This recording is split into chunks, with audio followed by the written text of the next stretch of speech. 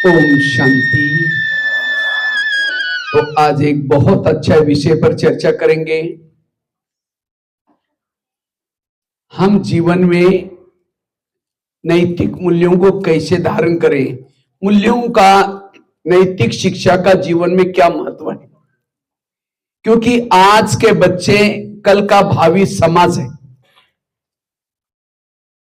आज आप लोग यहां बैठे हैं, भविष्य में बड़े होकर के कोई इंजीनियर, समाज को अच्छा बनाना है तो वर्तमान के बच्चों को इस पढ़ाई के साथ, ये पढ़ाई जो आप पढ़ रहे हैं ये है भौतिक शिक्षा, इसके साथ मूल्य सीखना जरूरी है।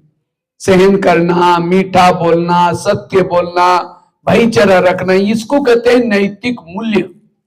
और जिस बच्चों में नैतिक मूल्य ज्यादा है उसकी मूल्य भी, मूल्य को इंग्लिश हिंदी में क्या बोलते हैं, कीमत। इसका मूल्य इतना है, इतना मूल्य। कई कहते हैं मेरा कोई मूल्य नहीं रखता, मुझे कोई कीमत नहीं देता। क्यों नहीं देता? मेरे अंदर कोई वैल्यूज नहीं। वैल्यूज को धारण करना है, गुणों को धारण करना है, क्योंकि शिक्षा का उद्देश्य है चरित्र का निर्माण करना। शिक्षा का उद्देश्य है असत्य से सत्य की ओर जाना। ये चोरी करना, मारना, पीटना, लड़ना, झगड़ना, ये सारी बातें असत्यता है। सत्यता क्या है? मीठा बोलना, सहन करना, भाईचारा रखना, यह है सत्यता। शिक्षा का उद्देश्य है बंधनों से मुक्त बनना, नशे का बंधन, व्यसनों का बंधन, बुराई का बंधन, इससे मुक्त बनना शिक्षा का उद्देश्य है। अगर पढ़ने के बाद भी आपके जीवन में गुण नहीं आए तो आपका जीवन अंधकार में है। जो अंधकार में रहता है डरता है, घबराता है। और दुनिया में लोग डरते घबराते क्यों? क्योंकि उनके जीवन में गुण नहीं है, सत्यता नहीं है, इसलिए डरते घबराते। अंधकार से प्रकाश की ओर जाना। कई बच्चों को मैं पूछता, बेटा क्यों पढ़ रहे हैं? कहता है सर पढ़ करके पास हो जाऊंगा, सर्टिफिकेट लूंगा, उसी के आधार से नौकरी पकड़ूंगा, उसी से पैसा आएगा, उसे पेट भरूंगा। आज गाय, भैंसी, बकरी सभी स्कूलों में जाते हैं। जानवरों का कोई स्कूल है? पक्षियों का? वो तो पेट तो भर रहे हैं ना। तो पेट भरना, रोजगार प्राप्त करना शिक्षा का उद्देश्य नहीं है। शिक्षा का उद्देश्य है एक अच्छे इंसान बनना, समाज उपयोगी बनना। किसको कहेंगे समाज उपयोगी? जो एक दूसरे को सहयोग करता है, एक दूसरे को स्नेह करता है, सहन करता है, भाईचारा रखता है, वो है समाज उपयोगी। शिक्षा को इंग्लिश में क्या बोलते हैं? एजुकेशन। तो आप लोगों ने कितना एजुकेशन लिया यहां? कई बच्चे गैस मारो। डिसिप्लिन, डिसिप्लिन जिसको हिंदी में क्या बोलते हैं हम लोग? अनुशासन। बोलने का अनुशासन, देखने का अनुशासन, मित्रों के साथ अनुशासन, मम्मी पापा के साथ अनुशासन, इतना ही नहीं, हर इंद्रियों पर अनुशासन। हाथ में शासन नहीं थप्पड़ मार दी, मुख में शासन नहीं गाली दी, आंखों में शासन नहीं गलत देख लिया। जिसका अनुशासन है वो अच्छे बच्चे नहीं है। इसीलिए जिस बच्चे का अनुशासन है वो बिल्कुल अच्छे बच्चे हैं, वो पढ़े लिखे हैं। सारे गीता का अंडरस्टैंडिंग मतलब समझ, राइट क्या है, रॉन्ग क्या है, अच्छा क्या है, बुरा क्या है, क्या करना है, क्या नहीं। जिसको पढ़ने के बाद ये सारी समझ आई वो है पढ़ा लिखा। डिग्री लिया है, पूरा कॉलेज पूरा हुआ, एक हाथ में डिग्री का सर्टिफिकेट है, दूसरे हाथ में सिगरेट लेकर के पी रहा है। इसका मतलब उसको समझ नहीं आई। वो पढ़ा लिखा है लेकिन समझ नहीं आई, वो अनपढ़ है। इसलिए समझदार बनो। आगे का शब्द सी, सी लिख करके सामने डैश मारो, सी फॉर कैरेक्टर। हुआ तो अभी बाद में इस टीचर को पूछ कर लिखना, मैं केवल आपको बता रहा हूं। हिंदी का शब्द समझा तो भी चलेगा। कैरेक्टर मतलब हिंदी में करते हैं चरित्र। चरित्र कहते हैं धन गया थोड़ा कुछ गया, हेल्थ गई थोड़ा कुछ गया, चरित्र गया सब कुछ गया। लेकिन आज के बच्चे क्या समझते हैं? चरित्र गया कोई हर्जा नहीं, हेल्थ गई ठीक कर देंगे, धन गया सब कुछ गया। आज के युवा, आज के बच्चे चरित्र बेच करके धन इकट्ठा करें। इसलिए कुछ भी हो जाए मुझे चरित्र को खराब नहीं करना, भूखा मरना पड़े, प्यासा मरना पड़े, लेकिन चरित्र को दाग लगे। एक समय था इसी देश में चरित्रवान लोग थे, गाय शेरे घाट पर पानी पीते थे, इसलिए चरित्र। आगे का शब्द कौन सा आता है? ये मैं आपको एजुकेशन का अर्थ बता रहा हूं। E for empowerment, D for discipline, U for understanding, C for character, A for attitude, T for tolerance, T for ये रह गया, ये फॉर एटीट्यूड। आजकल कई बच्चे क्या, व्यक्तित्व जिसको हिंदी में कहते हैं व्यक्तित्व, पर्सनालिटी, व्यक्तित्व पर्सनालिटी, दृष्टिकोण को पॉजिटिव रखना। आजकल कई बच्चे कहते हैं मेरा क्या होगा, मैं तो पढ़ तो रहा हूं, पता नहीं मैं पास हो जाऊंगा, पता नहीं मुझे, पता नहीं करेंगे, पता ही कट जाएगा। इसलिए पॉजिटिव बनो, सकारात्मक बनो। आगे का शब्द टी, टी फॉर टॉलरेंस, सहन शक्ति। टॉलरेंस के सामने लिखो सहन शक्ति। लेकिन आज के बच्चों में सहन शक्ति ज्यादा है कम है? आज के बच्चों में नाक में गुस्सा है। इसमें से गुस्सा जिनको आता है, हमको पता है, ऊंचे ऊंचे हाथ खड़ा करो जिनको गुस्सा आता है। छोटे बच्चे भी जिनको गुस्सा आता है हाथ खड़ा करो। जो रोते हैं, गुस्सा करते हैं, सब देख रहे हैं, सभी सबको गुस्सा आता है, हाथ नीचे करो। आप लोगों ने सच बताया इसलिए अपने लिए ताली बजाओ। लेकिन ये बताओ गुस्सा करना अच्छा या बुरा है? फिर क्यों करते हैं? आता है, उसके लिए कोई लेसन नहीं सीखा, लेसन नहीं सीखा। मैं आपको ये पुस्तक, मैं वैसे तो मैं भारत में जो एक बोर्ड लगा रहता है, जेल में जो बंदी लोग हैं, काम विकार वाले कितने हैं, क्रोध वाले कितने हैं लोग, 70% कैदी क्रोध करके गए। अभी बता रहे ना वो लड़की की कहानी, जिसने अपने पति को मार दिया, किसे? गुस्से से, और आप जेल में चली गई। तो आप सभी ने हाथ खड़ा किया था, तो क्या पढ़ाई के बाद जेल में जाने का प्लानिंग है? तो आज से कभी गुस्सा करने वाले अच्छे बच्चे हैं। मैं आपको पूछता हूं, आप लोगों को राम अच्छा लगता है? रावण? जोर से बोलेंगे, जोर से बोलेंगे। राम के बच्चे, रावण अच्छा क्यों नहीं लगता? खराब था। खराब मतलब क्या? काला सा था? बुरा था मतलब वो घमंडी था इसलिए अच्छा, वो चोरी करता था इसलिए अच्छा, वो बड़ों का कहना नहीं मानता इसलिए अच्छा, वो दूसरों को तंग करता था, रुलाता था इसलिए अच्छा, वो अधर्मी था इसलिए अच्छा, वो गुस्सा करते इसलिए अच्छा। लेकिन जिस दिन आप चोरी करेंगे किसके बच्चे बनेंगे? रावण के। जिस दिन कल से आप लेट आओ, होमवर्क करो, मरो, जियो, टीचर आपके तरफ नहीं देखेगा तो घाटा किसका हुआ? खुद का हुआ ना। इसलिए कोई भी टीचर आपकी बुराई सुनाता है तो क्या कहो? थैंक यू सर, आगे से ध्यान रखूंगा, ये नहीं कि बाहर आओ बताऊंगा। इसलिए सहनशील बनो। कोई शिल्पकार है, पत्थर के ऊपर छने रतोड़ा लगा रहा है मूर्ति बनाने के लिए, और पत्थर कहता है ज्यादा मारेगा तो बाहर आओ बताऊंगा, तो पत्थर की मूर्ति बनेगी? इसलिए सहन, जो बच्चे सहन करते हुए अच्छे बच्चे, गुस्सा करने वाले अच्छे बच्चे, जब ऐसे बच्चे समाज में जाते हैं, मायके जाएगी, उसका पति कुछ बोलेगा, अब किसको सुनाएंगे? मम्मी पापा बूढ़े होके चले गए, फिर क्या करेगी? डाइवर्स लेगी, फिर सुसाइड करेगी, पति का ही मार देंगे, क्योंकि सहन शक्ति नहीं है। और इसलिए ऐसी घटना होकर जेलों में जाते हैं। इसलिए सहन करना सीख लो, कभी भी गुस्सा। आगे का शब्द है एजुकेशन में I for integrity, I for integrity, एकात्मता, हिंदी में कहते हैं एकात्मता। एक उंगली है, बूंदी का थाल रखा हुआ है, बूंदी लड्डू, उसको बोलो कि उंगली को लड़ा, सब के एकता के साथ में रहना है, एकता में रहना है। आगे का शब्द वो फॉर ऑप्टिमिस्टिक, ऑप्टिमिस्टिक मतलब आशावादी बनना। दीवार पर चींटी चढ़ गई, गिर गई, कहते दोबारा कभी नहीं चढ़ूंगी। कोशिश करने वाले की कभी हार नहीं होती, इसलिए आशावादी बनो, कभी भी निराश। अब्राहम लिंकन अमेरिका के राष्ट्रपति थे, वो जीवन की कितनी परीक्षा में फेल हो गए, आशा नहीं छोड़ी, एक दिन आया अमेरिका के राष्ट्रपति बने। आशावादी बनो। और लास्ट का शब्द यन फॉर नोबेल, शांत है, पढ़ो का कहना मानता है। तो ये है एजुकेशन।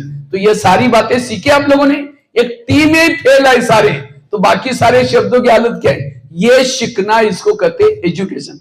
केवल साक्षर मत बनो, पढ़ना लिखना सीख लिया, मार्क ले लिया, समझिए। एजुकेशन लेना मतलब संस्कार सीखना, संस्कार सीखना जरूरी है।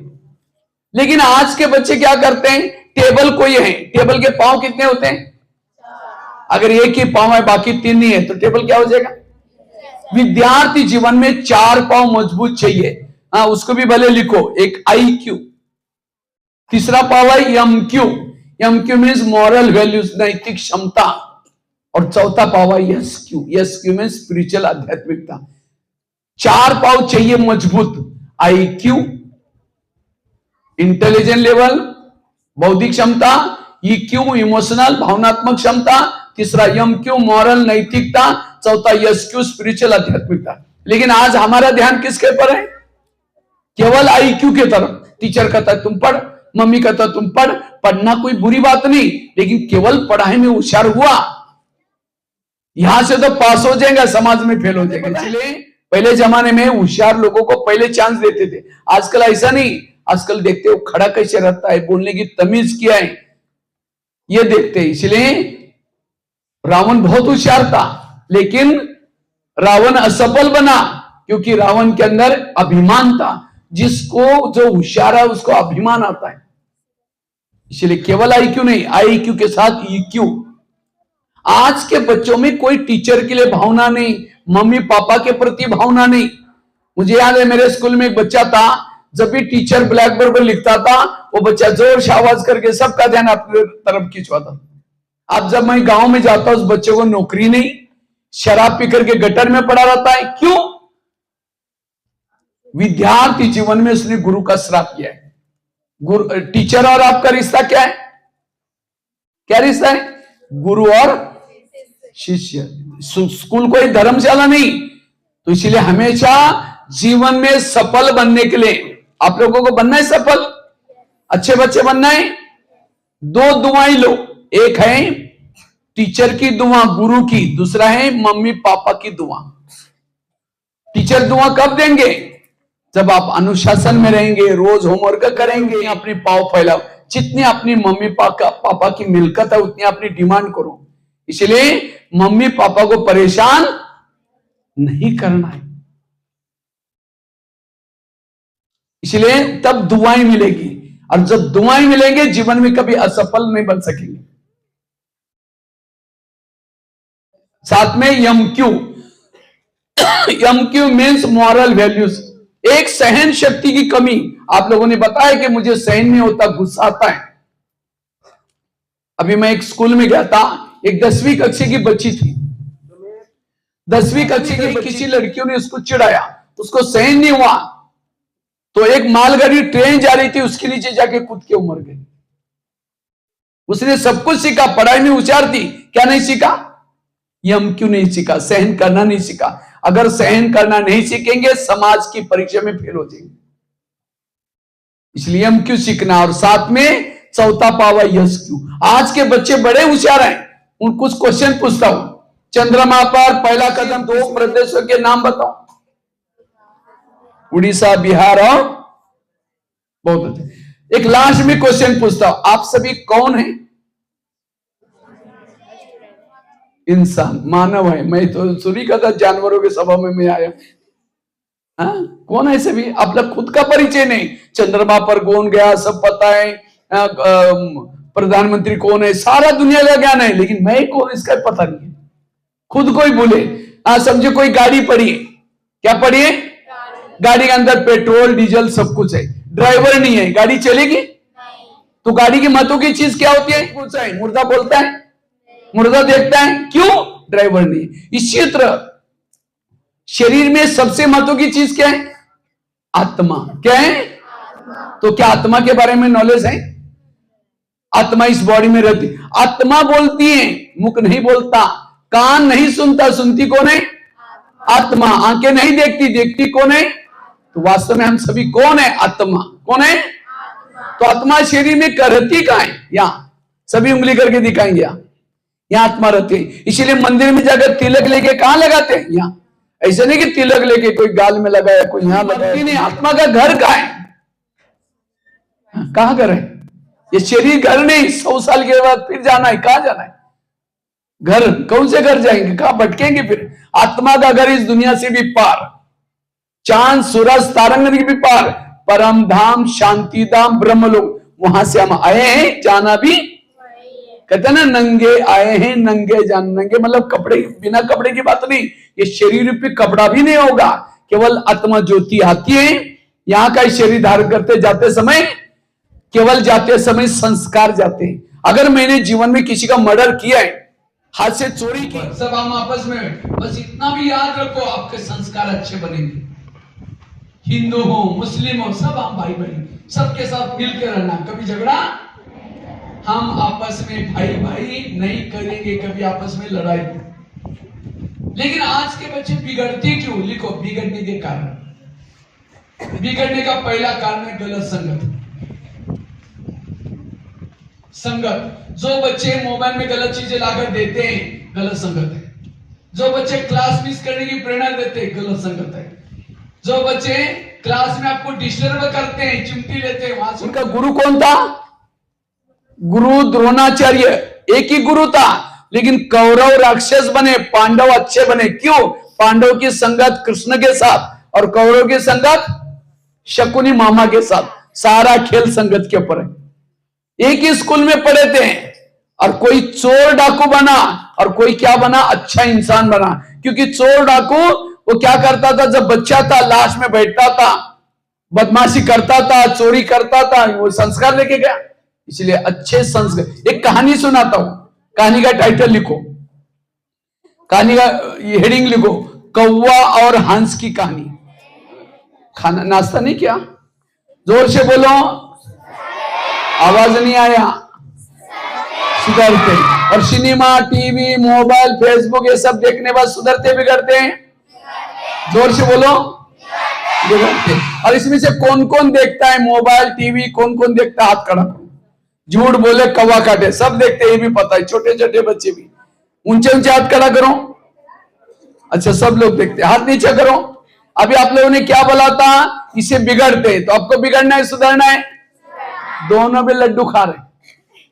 हाँ, यहां बैठ करके 4-5 घंटा मशीन, निरमा पाउडर, मशीन में निरमा पाउडर डालो, कपड़े साफ होते। मेरी बहन काली सी थी, तो मेरे को दोस्त बहुत चिढ़ाते थे। मम्मी घर से बाहर गई थी, मैंने बहन को उठा करके वॉशिंग मशीन में डाल दिया, निरमा पाउडर डाल करके मशीन चालू कर दी, वो अच्छी तरह साफ हो गई। तो ये कहां से सीखा? मोबाइल से। अभी मैं ट्रेन से आ रहा था, मेरे बाजू में एक लड़का बैठा था जिसका बाल आधा ही काटा है सिर का और आधा इसे पड़ा है। तो मैंने कहा, बाल काटते काटते नाई भाग गया था? नहीं, कहता सर मैंने एक चाइनीज फिल्म देखी, वो फिल्म में एक्टर का ऐसे बाल था, मैंने भी ऐसे कटवाया। हाँ, कई कई तो बच्चे क्या करते हैं, 2 लाइन ही काटते, बाकी सारे बाल बड़े मोबाइल से, टीवी से। इसलिए आज के बच्चे जो क्राइम कर रहे हैं, और आजकल जैसा ये हो गया, जैसा लॉकडाउन हो गया, आजकल के बच्चे बहुत सारे क्राइम कर रहे हैं। इसलिए सिनेमा, टीवी, मोबाइल से बचना। भगवान ने आंखें क्या मोबाइल देखने के लिए दिया? जो मोबाइल बच्चे देखेंगे, अगले जन्म में आंखें भगवान नहीं देगा, अंधा बनना पड़ेगा। मैं तो करीबन 500 अंधे, गूंगे, बहरे के जेल स्कूलों में भी गया।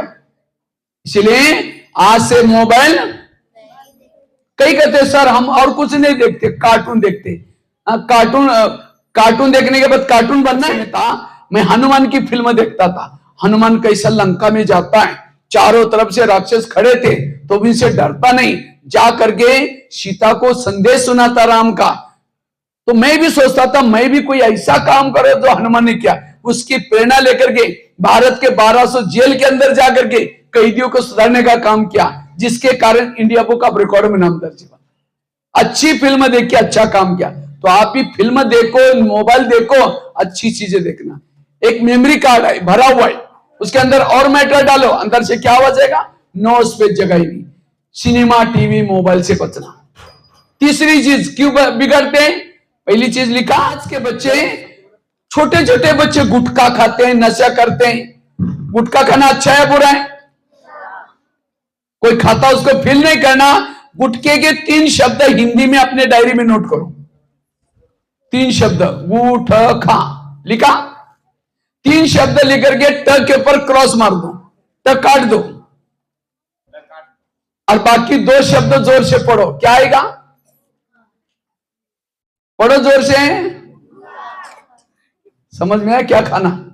वो गंदगी लेकर के उसको उठा करके कैसे खा देगा?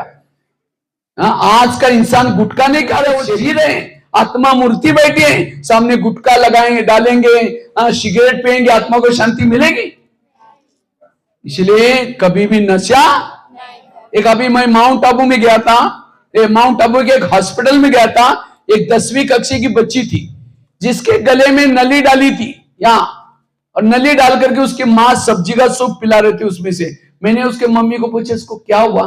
कहा कि 6-7 महीने से इसने चोरी और चुपके से गुटखा खाया था, और गुटखा खाने के मुंह का कैंसर हो गया, मुंह खुलना ही बंद हो गया, ब्लॉक हो गया। 12,000 रुपए चाहिए उसको, 12 लाख हो रहे। इसलिए कभी भी जिंदगी में नशा पक्का करो बचपन से। मैं जिंदगी में कुछ भी हो जाए, कोई भी ना शराब, ना गुटखा, ना सिगरेट, कोई भी नशीले चीजों का सेवन नहीं करूंगा, प्रतिज्ञा लो। वो है अच्छे बच्चे। नशा करने वालों के अंदर राक्षसी वृत्ति जागृत होती है। इसलिए होटल पर बोर्ड भी लिखा है, क्या लिखा है? होटल, हो सके तो यहां से टल। लेकिन आजकल के बच्चे होटल में भी जाकर खाएंगे, छोटे छोटे बच्चे।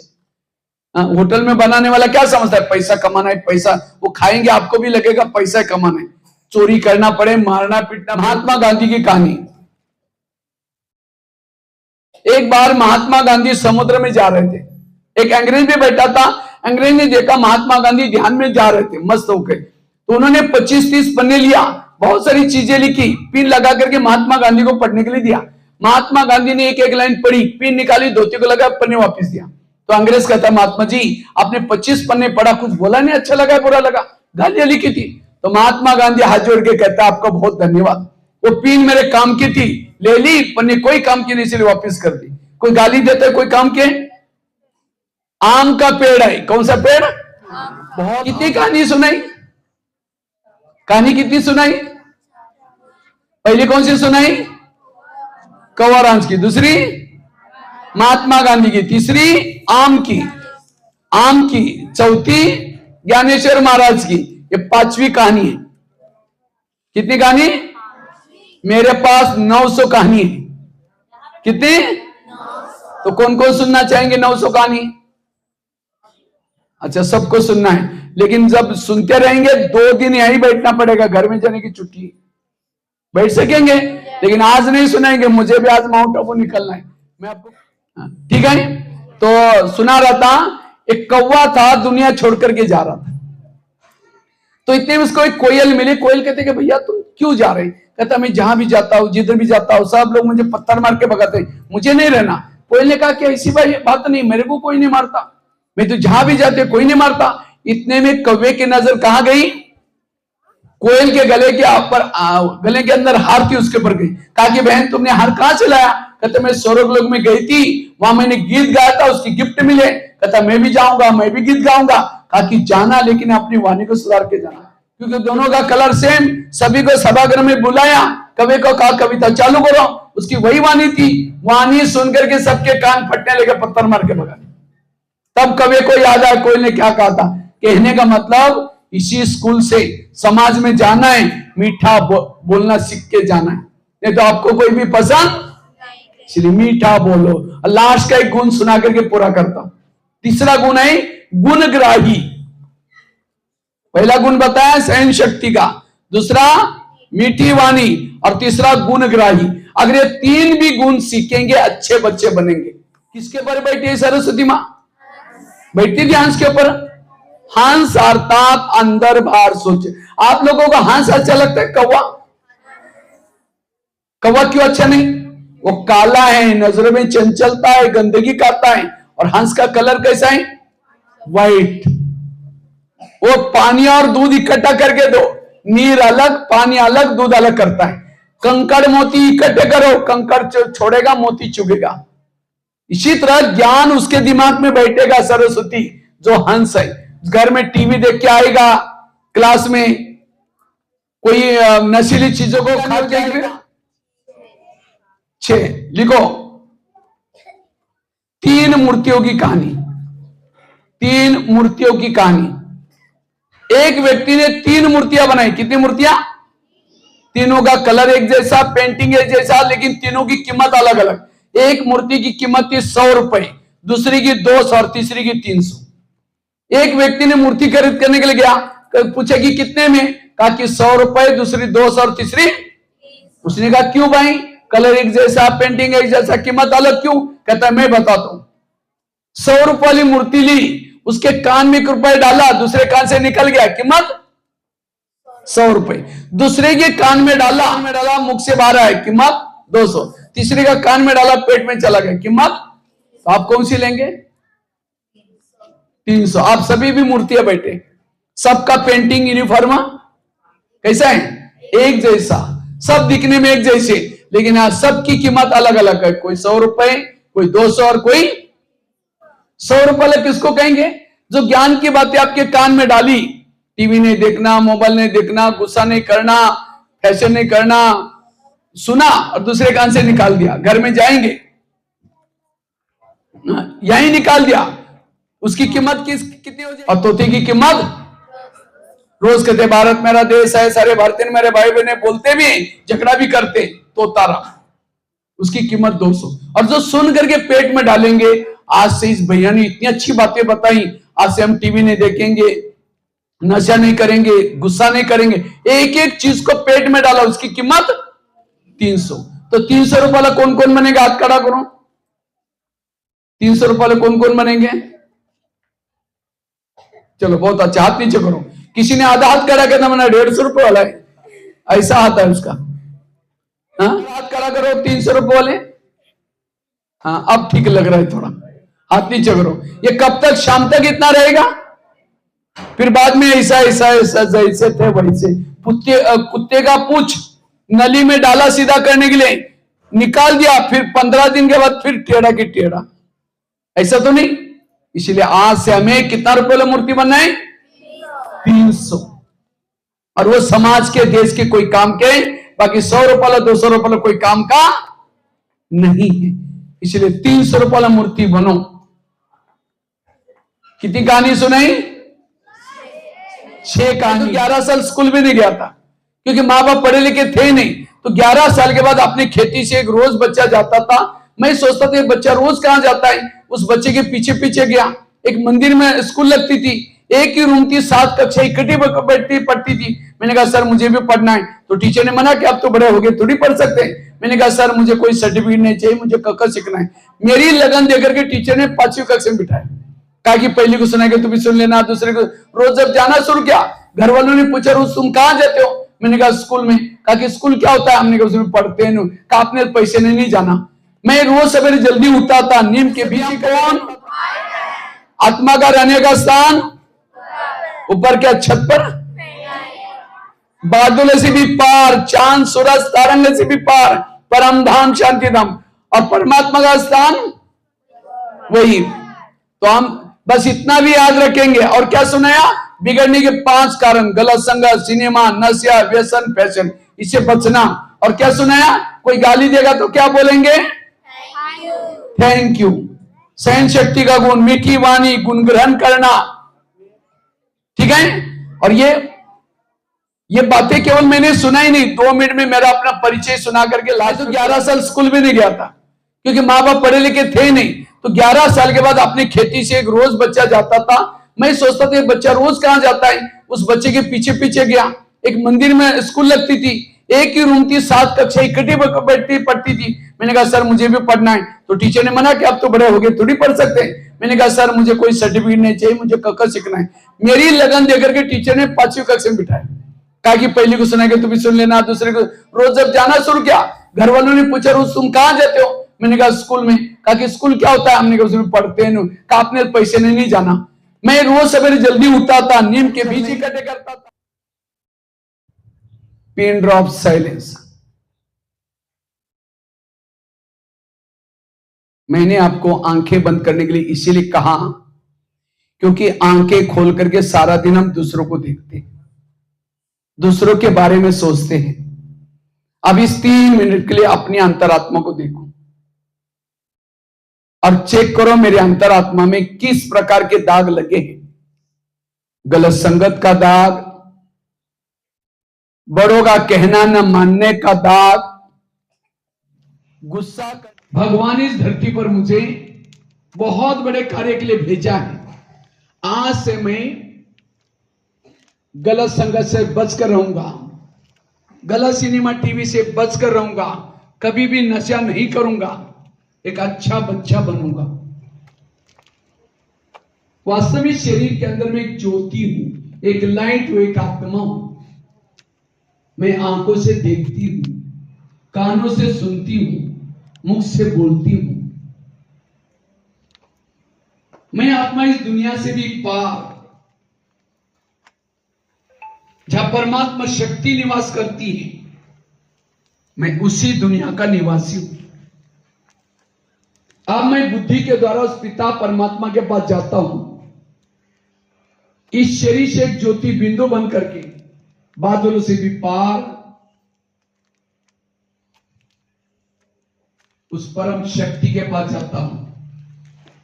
हे प्रभु, मुझे इतनी शक्ति देना जो कि मेरा मन कभी भटक ना हो सके। मैं आपकी ही संतान हूं, आप मेरे परम पिता हैं। परमात्मा के ध्यान से मेरा ध्यान मन एकाग्र होता जा रहा है, मेरा आत्म दीपक जागृत होता जा रहा है। आज से मैं एक अच्छा बच्चा बनूंगा, संस्कारित बच्चा बनूंगा।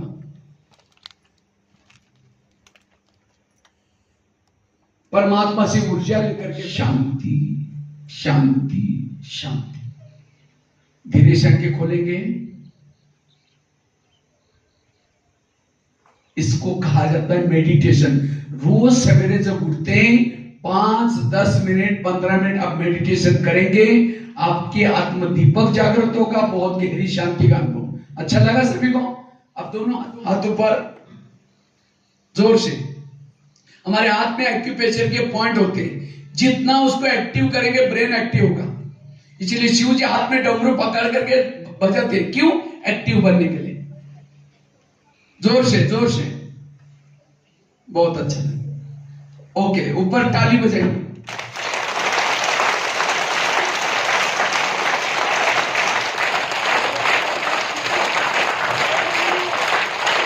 ओके, मैं महान आत्मा हूं, मैं महान आत्मा हूं, मैं असंभव को संभव करने वाली हूं, मैं असंभव को संभव करने वाली हूं। I can do, I can do, I can do. मैं एक अच्छा बच्चा हूं, मैं एक अच्छा बच्चा हूं, मैं एक अच्छा बच्चा हूं। बस ये 3-4 बातें याद करें, इसको कहते हैं पॉजिटिव। आपको कितना भी लोग बुरा कहेंगे, मैं कहूं कि मैं अच्छा बच्चा हूं, तो अच्छाई आपके अंदर आएगी।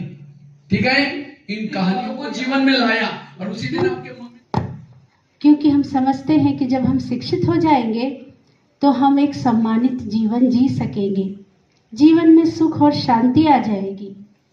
लेकिन देखा जाता है कि स्कूल और कॉलेज से पढ़ाइयाँ पढ़कर अच्छी अच्छी डिग्रियां लेकर जब निकलते हैं, जीवन में जाते हैं, कोई व्यसनी बन जाता है, शराबी बन जाता है, किसी व्यसन के अधीन होकर के कोई अपराध कर लेता है और अपराध करके जेल में पहुंच जाता है और बहुत अपमानित जीवन जीने के लिए विवश हो जाता है।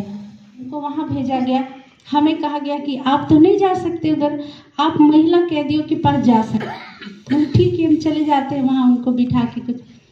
तो वहाँ पे बहुत ऐसी थी लड़कियाँ, ऐसे 22 की 25 की ऐसे एज वाली थी, अच्छे अच्छे घरों की थी। तो उनको सुनाने के बाद वो बोलने लगे बहुत अच्छा लगा, आप लोग फिर आइए, बुक्स भेजिएगा, ज़रूर भेजिएगा। हाथ जोड़ के रिक्वेस्ट करने लगे, आप ज़रूर आएंगे। तो हम बोले हाँ हाँ ज़रूर आएंगे, आप इतना कह रहे हैं ज़रूर आएंगे और बुक्स भी भेजेंगे। उसके बाद बाहर निकल के हमने पूछा कि ये लड़कियाँ इतनी छोटी उम्र की है, ये सब जेल में कैसे? हाँ, ये अपने पति का मर्डर करके आई। उसको देख के लगा, होता क्या है कि जीवन में जब परिस्थितियाँ आती है, गुस्सा आ जाता है, उस समय गुस्से पर कंट्रोल नहीं होता है, कुछ कर लेते हैं और जब फिर वहाँ सोचते अफसोस करते हैं। लेकिन वो तो जो कुछ पहले से सोचना था वो तो हो गया। अब क्योंकि हम कानून के अधीन हैं, कानून तो हमें सजा ही देगी। तो आज हम अंदर से सशक्त नहीं हो पा रहे हैं। हमारे जीवन में हम किताबी ज्ञान ले रहे हैं, लेकिन जीवन में नैतिक मूल्य उसकी कमी होती जा रही है। अनुशासन, धैर्यता, गंभीरता, इन चीजों का क्या महत्व है? हम सोचते हैं हम सच बोलेंगे, हम कभी झूठ नहीं बोलेंगे, लेकिन जब हम बड़े होते हैं और कुछ समस्या आती है, ऐसी बातें आती हैं, तो हम न चाहते हुए भी झूठ बोलते हैं, फिर झूठ बोलते हैं, फिर झूठ बोलते हैं, फिर झूठ बोलने का ही संस्कार बन जाता है। हमने बचपन में तो सोचा था, सिखाया गया था स्कूल में कि सच बोलना है, झूठ नहीं बोलना है, लेकिन अंदर में हम अंदर से सशक्त नहीं है, उसमें दृढ़ नहीं है, इसलिए परिस्थितियों के आगे झुक जाते हैं और अपने मूल्यों को खो देते हैं। मानवीय मूल्यों को खोने के कारण आज का इंसान मूल्यहीन बनता जा रहा है। जब तक जीवन में हम इन मूल्यों को धारण नहीं करेंगे। माउंट आबू से आए हुए भाई का विद्यालय परिवार की ओर से हार्दिक अभिनंदन। आपने बच्चों के उज्जवल भविष्य के लिए, समाज सुधार के लिए अपना जो कीमती बहुमूल्य समय आप इस समाज को दे रहे हैं, विद्यालय ही नहीं बल्कि पूरा समाज आपका आभारी कृतज्ञ रहेगा। और मैं बच्चों से भी आग्रह करूंगा कि इतनी अच्छी बातें बताने के लिए इन्होंने माउंट आबू से आकर के इतने ज्ञान की बात और आपको भविष्य में सफल होने के लिए जो मूल मंत्र बताया, उस पर आप पहल करें, अमल करें और सभी बच्चे सफल हों, अपना घर परिवार, गांव, समाज, विद्यालय सबका नाम रोशन करें, सबका उत्थान हो। इसी मंगल कामना के साथ मैं कहते हैं दुनिया में भी कि भगवान की मर्जी के बिना एक पत्ता भी नहीं हिलता, अर्थात ये जो कार्यक्रम हुआ है वो भी उस परमात्मा की मर्जी से ही हुआ है। तो आज सबसे पहले हम उस परम पिता परमात्मा शिव का दिल से, हृदय से आभार व्यक्त करते हैं, धन्यवाद करते हैं। इसके लिए एक हाथ की थाली, एक हाथ ऊपर उठा के हिलाएंगे और परमात्मा का धन्यवाद ज्ञापित करेंगे। थैंक यू गॉड, बोलेंगे मुंह से thank you God, thank you Shiv Baba, जो आपने ब्रह्मा कुमार भगवान भाई जी को हम सबों के बीच भेजा। और फिर से हम एक बार ब्रह्मा कुमार भगवान भाई जी को भी धन्यवाद देंगे, जिन्होंने अपना बहुमूल्य समय, भाई जी हाथ नीचे करेंगे, भाई जी ब्रह्मा कुमारी के किचन डिपार्टमेंट के जो हेडक्वार्टर है ना माउंट आबू मुख्यालय में, वहां के मुख्य है। 25,000 लोगों का भोजन बनाने का कार्य करते हैं। एक दिन में 25,000 लोगों का भोजन तैयार करते हैं। और इतना बिजी शेड्यूल होते हुए भी वो हमारे झारखंड के एक छोटे से गांव केरेडारी में, झारखंड में भी बहुत सारे बड़े बड़े डिस्ट्रिक्ट है ना, रांची है, धनबाद है, बोकारो है, फिर भी हजारीबाग, और हजारीबाग में छोटा सा गांव केरेडारी, उसमें भी आपका छोटा सा गांव गरी कला में आए। तो हम भाई जी का तहे दिल से एक बार करतल ध्वनि के साथ अभिनंदन करेंगे, धन्यवाद करेंगे।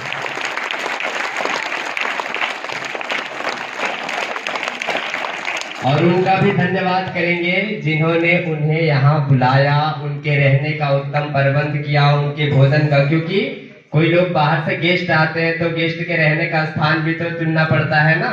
तो हमारे सेवा केंद्र ब्रह्मा कुमारी का एक छोटा सा शाखा केरेडारी में चलता है, प्रजापिता ब्रह्मा कुमारी ईश्वरीय विश्वविद्यालय केरेडारी के नाम से।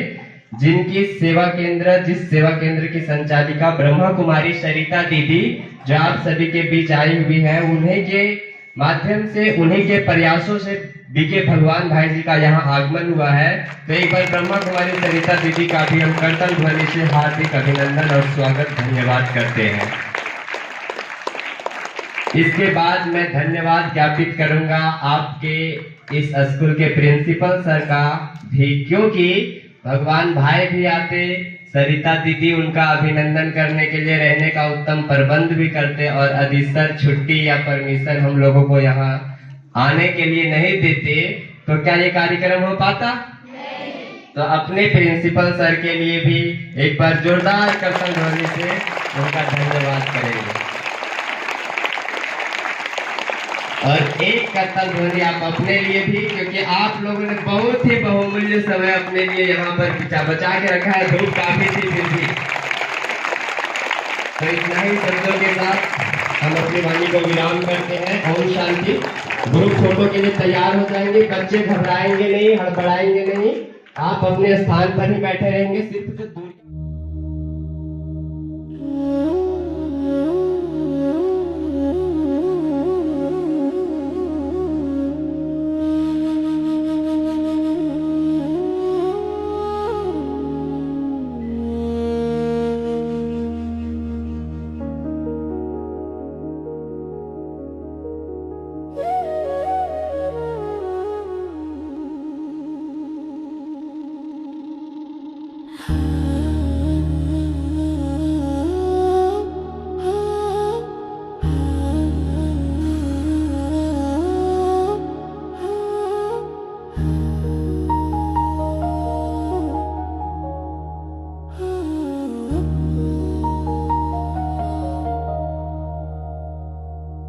शांति की उस भूमि में पे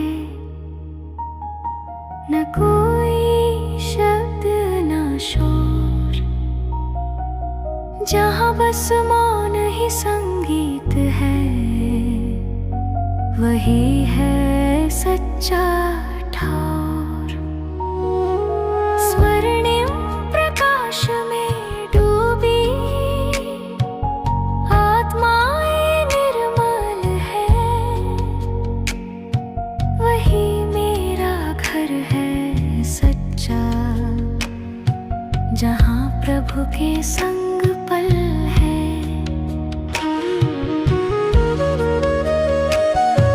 चलो चले उस पार, जहाँ ना दिन है ना रात, बस उजियारा पार। चलो चले उस पार, जहाँ प्रेम है, शांति है, सदा का आधार।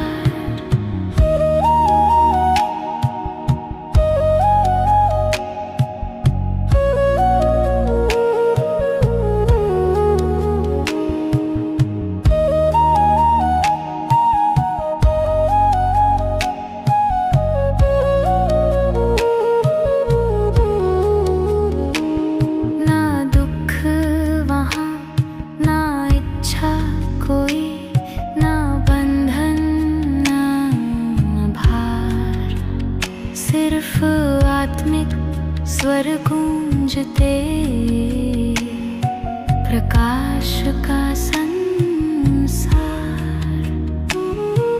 सुख का सागर, प्रेम का घर, निर्मल है वातावरण। हर आत्मा जैसे दिया, जलता शिव स्मरण।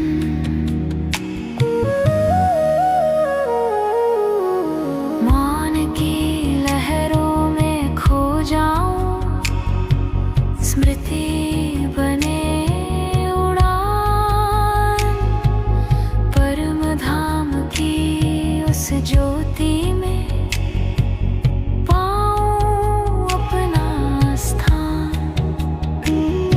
चलो चले उस पार, जहाँ ना शब्द ना विचार, बस आत्मिक विस्तार। चलो